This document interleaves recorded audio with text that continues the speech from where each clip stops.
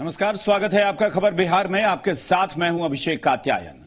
BJP ने लोकसभा चुनाव के लिए अपना घोषणा पत्र जारी कर दिया है। पार्टी ने इसे संकल्प पत्र का नाम दिया है और इस घोषणा पत्र को लेकर प्रधानमंत्री ने साफ कर दिया है कि इसमें वो 3 बातों का उल्लेख कर रहे हैं जो बीजेपी का विजन है।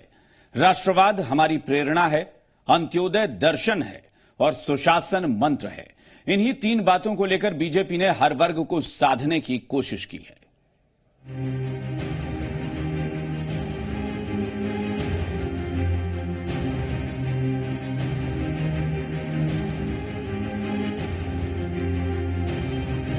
2019 के लिए बीजेपी का संकल्प, राष्ट्रवाद, अंत्योदय और सुशासन का दिया मंत्र। 3 शब्दों से जीतेंगे 2019 का रण। राष्ट्रवाद ये हमारी प्रेरणा है, अंत्योदय ये हमारा दर्शन है और सुशासन ये हमारा मंत्र है। तो इन्हीं 3 शब्दों को बीजेपी ने हथियार बनाया है। पूरे संकल्प पत्र को इन्हीं शब्दों के जरिए आकार दिया गया है। दिल्ली में बीजेपी ने घोषणा पत्र का ऐलान कर दिया। इस घोषणा पत्र में हर मुद्दे पर बात की गई है। मसलन आतंकवाद और उग्रवाद के खिलाफ जीरो टॉलरेंस की नीति अपनाई जाएगी। सुरक्षा बलों को आधुनिक उपकरणों से लैस किया जाएगा। पूर्वोत्तर राज्यों में अवैध घुसपैठ रोकने के लिए प्रभावी कदम उठाए जाएंगे। जम्मू कश्मीर में शांति सुनिश्चित करने के लिए सभी जरूरी कदम उठाए जाएंगे। कश्मीरी पंडितों की सुरक्षित वापसी के लिए प्रयास किया जाएगा। धारा 370 पर बीजेपी अपने स्टैंड पर कायम रहेगी। साथ ही 35A का भी विरोध बीजेपी करेगी। संविधान के दायरे में अयोध्या में राम मंदिर के निर्माण के लिए सभी संभावनाओं की तलाश की जाएगी और इसके लिए सभी आवश्यक प्रयास किए जाएंगे। देश के सभी किसानों के लिए प्रधानमंत्री किसान सम्मान निधि योजना की शुरुआत की जाएगी। छोटे और खेतीहर किसानों की सामाजिक सुरक्षा के लिए 60 साल की उम्र के बाद पेंशन दिया जाएगा। कृषि क्षेत्र में उत्पादकता बढ़ाने के लिए 25 लाख करोड़ रुपए का निवेश किया जाएगा। 2022 तक रेल पटरियों का ब्रॉड गेज में परिवर्तन किया जाएगा और उनका विद्युतीकरण किया जाएगा। साल 2025 तक 5 लाख करोड़ डॉलर और साल 2032 तक 10 लाख करोड़ डॉलर की अर्थव्यवस्था बनेगी। आधारभूत संरचना को विकसित करने के लिए 100 लाख करोड़ का पूंजीगत निवेश किया जाएगा। सूक्ष्म, लघु और मध्यम उद्योगों के लिए 1 लाख करोड़ रुपए की क्रेडिट गारंटी योजना शुरू की जाएगी। राष्ट्रीय व्यापार आयोग की स्थापना की जाएगी। सरकारी क्षेत्र में महिला कर्मियों की संख्या बढ़ाई जाएगी। संविधान में प्रावधान करके महिलाओं को 33% आरक्षण दिया जाएगा। 3 तलाक को खत्म कर मुस्लिम महिलाओं को न्याय दिलाया जाएगा। आयुष्मान भारत के तहत 1.5 लाख स्वास्थ्य और वेलनेस केंद्र खोले जाएंगे। देश भर में 75 मेडिकल कॉलेज खोले जाएंगे। छोटे दुकानदारों को पेंशन दिया जाएगा। सरकार स्टडी इन इंडिया कार्यक्रम शुरू करेगी, जिससे विदेशी छात्रों को भारत में पढ़ने के लिए प्रेरित किया जाएगा।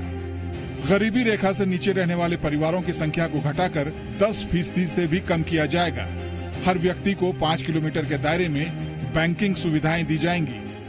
गंगोत्री से गंगा सागर तक गंगा नदी का स्वच्छ और निर्बाध प्रवाह सुनिश्चित किया जाएगा। समान नागरिक संहिता लाने की दृढ़ प्रतिबद्धता होगी। जो काम 50, 55, 60 के कालखंड में होना चाहिए था, वो मुझे 2014 से 19 के बीच में करना पड़ा है।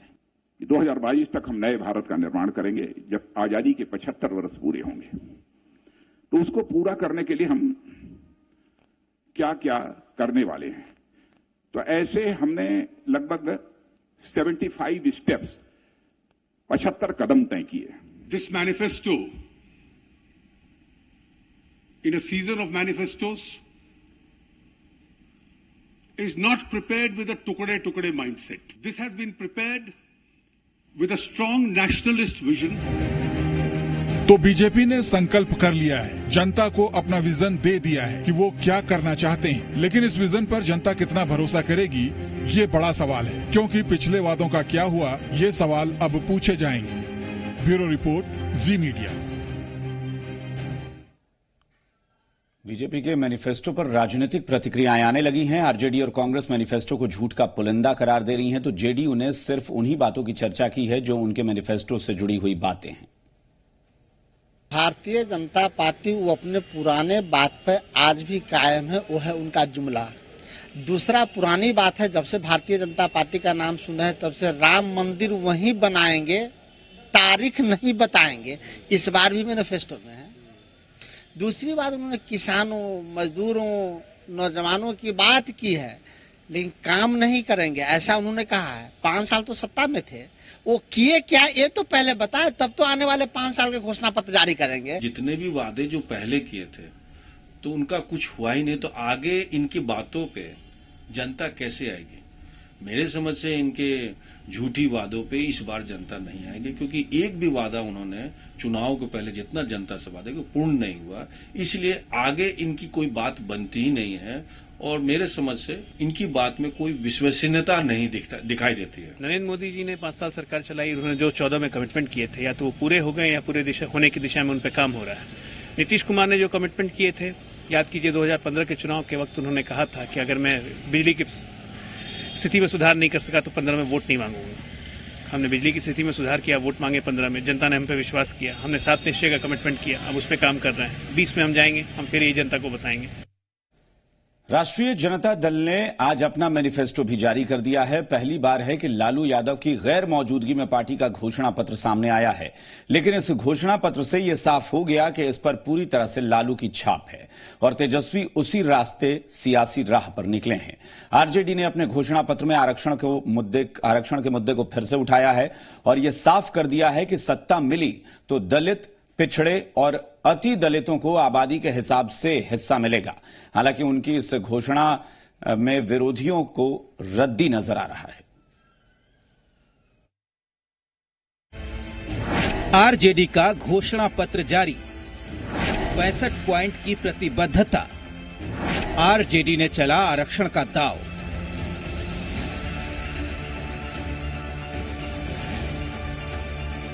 लालू यादव की गैर मौजूदगी में आरजेडी ने अपना घोषणा पत्र जारी कर दिया, लेकिन इस घोषणा पत्र में लालू यादव की छाप पूरी तरीके से नजर आ रही है। मसलन आरक्षण के मुद्दे को भरपूर जगह मिली। तेजस्वी ने पार्टी के प्रदेश कार्यालय में प्रतिबद्धता पत्र जारी करते हुए कहा कि केंद्र सरकार में अगर उनकी सहभागिता होती है तो 2021 में जातिगत जनगणना कराई जाएगी। उन्होंने कहा कि दलितों, पिछड़ों को जनसंख्या के आधार पर आरक्षण दिया जाएगा। इसके अलावा निजी क्षेत्र में भी आरक्षण की वकालत की गई है। स्वास्थ्य पर जीडीपी का 4% खर्च का वादा है। घोषणा पत्र में निश्चित अवधि में खाली पड़े सरकारी पदों को भरने की बात की गई है। तेजस्वी ने कहा है कि अगर केंद्र की सत्ता में भागीदारी बने तो लोगों को घर से बाहर यानी कि दूसरे प्रदेशों में पैसे कमाने नहीं जाना पड़ेगा। प्रवासी बिहारियों के लिए हेल्पलाइन नंबर जारी किया जाएगा। आरजेडी ने हर थाली में रोटी और हर हाथ में कलम देने का वादा किया। साथ ही ताड़ी से प्रतिबंध हटाने की बात की। तेजस्वी ने कहा कि 200 पॉइंट रोस्टर प्रणाली को संवैधानिक संरक्षण देंगे ताकि सामाजिक न्याय विरोधी मानसिकता इसमें कोई बदलाव न कर सके। यानी आरजेडी ने पूरा फोकस आरक्षण पर दिया है। बजट 2021 में सभी जातियों की जनगणना की सुनिश्चित करेगा। ज्यादातर जो गरीब हैं वो दलित, महादलित, पिछड़े और अति पिछड़े समुदाय से, जातियों से आते हैं। इसलिए मेरा मानना है कि ये योजना बिल्कुल बिहार के हित के लिए होगा, गरीबों के लिए हित के लिए होगा। राजद निजी क्षेत्रों में आरक्षण की व्यवस्था का परोकार रहा है। हम इस दिशा में सार्थक कदम उठाते हुए निजी क्षेत्र की नौकरियों में हर स्तर पर दलित, बहुजन समाज का आरक्षण सुनिश्चित करेंगे। इधर आरजेडी के घोषणा पत्र पर सियासत भी तेज हो गई है। बीजेपी ने इसे रद्दी करार दिया। जिनके राज में 1 दर्जन से ज्यादा सामूहिक नरसंहार हुए, जब दलित, पिछड़े वर्ग के लोगों को लाइन में खड़ा करके गोलियों से उड़ा दिया गया, जिनके राज में उन लोगों ने लोगों को लालटेन थमा दिया, उनके घोषणा पत्र का क्या है? वो तो रद्दी के टोकरी में फेंकने लायक उनका घोषणा पत्र है। ये 65 जो हमने मुद्दे लिए हैं वो महज मुद्दे नहीं है, ये हमारी प्रतिबद्धता है। इसलिए हमने इसको कमिटमेंट पेपर कहा है। हम इसे घोषणा, संकल्प पत्र, वचन पत्र आदि आदि नहीं कहते। आरजेडी ने ठीक वही दाव चला है जो 90 के दशक में लालू यादव ने चला था। उस वक्त तो लालू का ये फॉर्मूला कामयाब रहा, लेकिन क्या इस बार ये दाव चलेगा? बड़ा सवाल है। हालांकि हाल में माहौल आरक्षण को लेकर खूब चला है। शायद यही वजह है आरजेडी ने आरक्षण के मुद्दे को फिर से उठाया है। रुपेंद्र, जी मीडिया, पटना। आरजेडी के घोषणा पत्र पर भी प्रतिक्रियाएं आई हैं। बीजेपी और जेडीयू ने कहा है कि आरजेडी के घोषणा पत्र को कोई गंभीरता से नहीं लेता। घोषणा पत्र तो आज हमारी भारतीय जनता पार्टी जारी कर रही है, और जो अमित शाह जी घोषणा पत्र जारी कर रहे हैं, जो हमारे पीएम का विजन होगा उसमें, और वो एक विकसित भारत के सपने के साथ होगा, एक मजबूत भारत के सपने के साथ होगा, गरीबों के कल्याण के लिए होगा और भारत को विश्व गुरु बनाने के लिए। देखिए, आप अगर भारतीय जनता पार्टी घोषणा पत्र देखें तो भारतीय जनता पार्टी जो है हमारा घटक दल है एनडीए का, और भारतीय जनता पार्टी के जो घोषणा पत्र है और एनडीए जो जेडीयू का जो है, आप तो देख लें तो भारतीय जनता पार्टी के घोषणा पत्र में पूरे किसान के, युवा की, महिलाओं के कल्याण की बात की गई है। ये नहीं कि किसान का एक बार में कर्ज माफी कर दे, नहीं, किसान को कैसे आत्मनिर्भर करें। आरजेडी के घोषणा पत्र में ताड़ी को फिर से शुरू करने का वादा किया गया है, लेकिन अब इस वादे को लेकर महागठबंधन में अलग अलग राय है। शरद यादव के समर्थन में रमई राम ने कहा है कि किसी कीमत पर ताड़ी शुरू नहीं होनी चाहिए, बल्कि ताड़ी व्यवसाय करने वालों को रोजगार देना चाहिए। वहीं वीआईपी ने भी इसका विरोध किया है। देखिए, अब जब बनेगा, लेकिन ताड़ी तो है कि उसको हम लोग जो है हटा देंगे। जो अभी जो गरीब हैं, जो कमाने का काम करते हैं, आपको पता है कि लालू जी जब मुख्यमंत्री थे तो जो ताड़ी पे भी जो टैक्स था उसको हटाने का काम किया गया। इससे जो गरीब पिछड़े जो लोग हैं, समाज से आते हैं, जो आर्थिक रूप से कमजोर हैं, उनको जो है रोजगार कहीं ना कहीं से हम लोगों का मानना है कि छीना गया है। इसलिए ये ट्रेडिशनल भी रहा है, और जो रोजगार लोगों की जो छीनी गई है उससे जो है वापस हम लोग लागू करने का काम। मेरी जवाबदेही बनती है, इनका रोजगार बंद करेंगे, इनका रोजगार का इंतजाम करेंगे, तब हम बंद करेंगे। हम शराब बंद करना चाहते हैं, ताड़ी बंद करना चाहते हैं, लेकिन जो रोज उसमें लगा हुआ, उनकी दिनचर्या, उनका जीवन, उनका परिवार का जीवन, उनको भी मरने नहीं देंगे। अगर ब्लैक कराने के काम हम नहीं करेंगे, हम सख्ती से लागू करें। ऐसा काम हम सरकार बनेगी तो हम इस काम को करेंगे। लालू जी की जो मंशा थी वो किसी खास समुदाय, चूंकि बेरोजगारी है बिहार में बहुत ज्यादा, इसलिए रोजगार के लिए किसी समुदाय के हित के लिए बात की गई थी। चूंकि सरकार कोई भी रोजगार का मुहैया नहीं करा पा रही है, तो इसलिए उन्होंने एक समुदाय विशेष के लिए उस संदर्भ में बोला था। मुख्यमंत्री नीतीश कुमार औरंगाबाद के कुटुंबा पहुंचे, जहां उन्होंने एनडीए प्रत्याशी सुशील कुमार सिंह के समर्थन में चुनावी सभा को संबोधित किया। इस मौके पर मुख्यमंत्री ने केंद्र सरकार की उपलब्धियां गिनाई और बिहार सरकार के कामकाज के बारे में भी बताया। उन्होंने एनडीए उम्मीदवार सुशील सिंह को वोट देने की अपील की।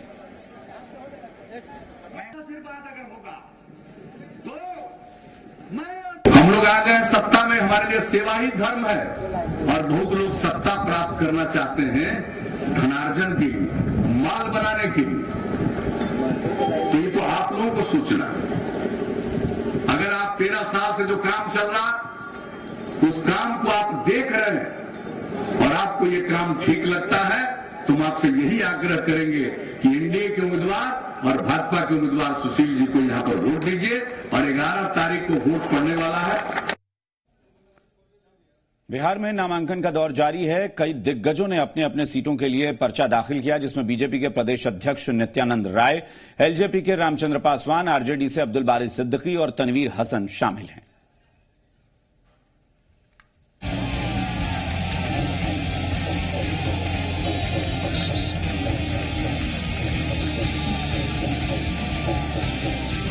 जारी है सूबे में नामांकन का दौर। दिग्गजों ने आज भरा पर्चा। आरजेडी, एलजेपी और बीजेपी ने पेश की दावेदारी। सोमवार का दिन नामांकन के नाम रहा। सभी पार्टी के बड़े दिग्गज पर्चा भरने अपने जिले के मुख्यालय पहुंचे। लोकतंत्र के इस पर्व को मनाने के लिए शक्ति प्रदर्शन की भी व्यवस्था की गई। उजियारपुर से बीजेपी के उम्मीदवार और प्रदेश अध्यक्ष नित्यानंद राय भारी भीड़ के साथ नामांकन के लिए निकले। नित्यानंद राय अपने समर्थकों के साथ और समस्तीपुर समाहरणालय में नामांकन के लिए, और तमाम सारे जो उनके समर्थक हैं, एक सैलाब सा हुजूम है, लंबा काफिला। बाकायदा ढोल नगाड़े के साथ भारी भीड़ लिए नित्यानंद ने उजियारपुर सीट के लिए पर्चा भरा और पर्चा भरने के साथ ही दावा कर दिया कि इस बार केंद्र में मोदी सरकार फिर से बनने जा रही है। आदरणीय प्रधानमंत्री नरेंद्र मोदी जी के विकास की धारा, बिहार के मुख्यमंत्री माननीय नीतीश कुमार जी के विकास की धारा जन जन तक पहुंची है, गांव-गांव तक पहुंची है। यह जन भावना ऐसी है कि दोबारा इस देश के प्रधानमंत्री नरेंद्र मोदी जी बने। तो समस्तीपुर से एलजेपी के उम्मीदवार रामचंद्र पासवान ने भी आज अपना पर्चा दाखिल किया। 29 अप्रैल को समस्तीपुर और उजियारपुर सीट के लिए वोट डाले जाएंगे। उधर आरजेडी के 2 दिग्गजों ने नामांकन दाखिल किया। हॉट सीट बेगूसराय से आरजेडी उम्मीदवार तनवीर हसन ने समर्थकों के हुजूम के साथ पर्चा भरने के लिए निकले। पहले जुलूस को पूरे शहर में घुमाया गया, फिर मुख्यालय पहुंचकर अपना पर्चा दाखिल किया। तो वहीं दरभंगा सीट के लिए आरजेडी के कद्दावर नेता अब्दुल बारी सिद्दीकी ने भी पर्चा भरा। उनके साथ भी भारी भीड़ मौजूद रही। साथ में विधायक भोला यादव भी थे। शीर्ष नेतृत्व ने जो फैसला लिया उससे उनको दुख पहुंचा, मगर उन्होंने मुझको कल कहा कि हमारा यह दुख बर्दाश्त करने योग्य है, मगर भारतीय जनता पार्टी सांप्रदायिक तत्वों को परास्त करने के लिए हम अपनी पूरी कोशिश करें। तो बिहार के बड़े दिग्गजों ने पर्चा भरकर ताल ठोक दिया है। अब जो भी तैयारी होगी वो रण में होगी, क्योंकि मैदान में जाकर ही विरोधियों को चुनौती देनी है और इस चुनौती के लिए जनता 29 अप्रैल को वोट डालेगी। ब्यूरो रिपोर्ट, जी मीडिया। बेगूसराय से तनवीर हसन ने अपना पर्चा भर दिया है। पर्चा भरने के बाद चुनावी सभा का आयोजन हुआ, जिसमें आरजेडी नेता तेजस्वी यादव ने शिरकत की। चुनावी सभा में तेजस्वी ने बीजेपी और जेडीयू पर जमकर हमला बोला। तेजस्वी ने कहा, गरीबों की लड़ाई को कोई भी नहीं रोक सकता, वो गरीबों के हक में आवाज उठाते रहेंगे। चुनावी सभा में तेजस्वी ने लोगों से महागठबंधन के उम्मीदवारों को वोट देने की अपील की।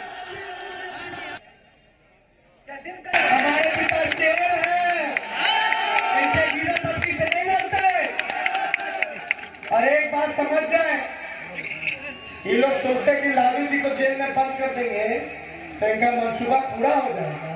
कान खुल करके सुन लो, ये गलत फहमी में मत रहना कि लालू जी जेल में रहेंगे तो तुम लोग अपने मंसूबे में कामयाब हो जाओगे और हमारे गरीब का अधिकार छीन लोगे।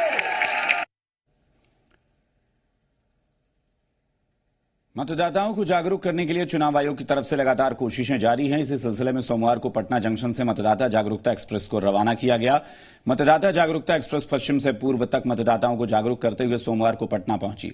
स्वागत खुद बिहार के मुख्य निर्वाचन पदाधिकारी और दानापुर रेल मंडल के डीआरएम ने किया। दरअसल बिहार में चुनाव कोई भी हो, मतदान का आंकड़ा 60% से ज्यादा नहीं गया, लेकिन इस बार चुनाव आयोग ने भी अपने लक्ष्य तय कर लिए हैं और इस बार 60% से ज्यादा मतदान का लक्ष्य रखा गया है। इसी वजह से आयोग की तरफ से जगह जगह नुक्कड़ नाटक, लोकगीतों के जरिए मतदाताओं को जागरूक किया जा रहा है।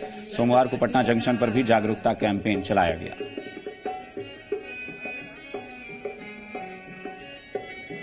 जो आप देख सकते हैं, ये गाड़ी गांधीधाम से आ रही है जो सबसे पश्चिम तट पे है, और जारी गुवाहाटी जो सब कामाख्या जो सबसे पूरब तट जगह पे आ गया।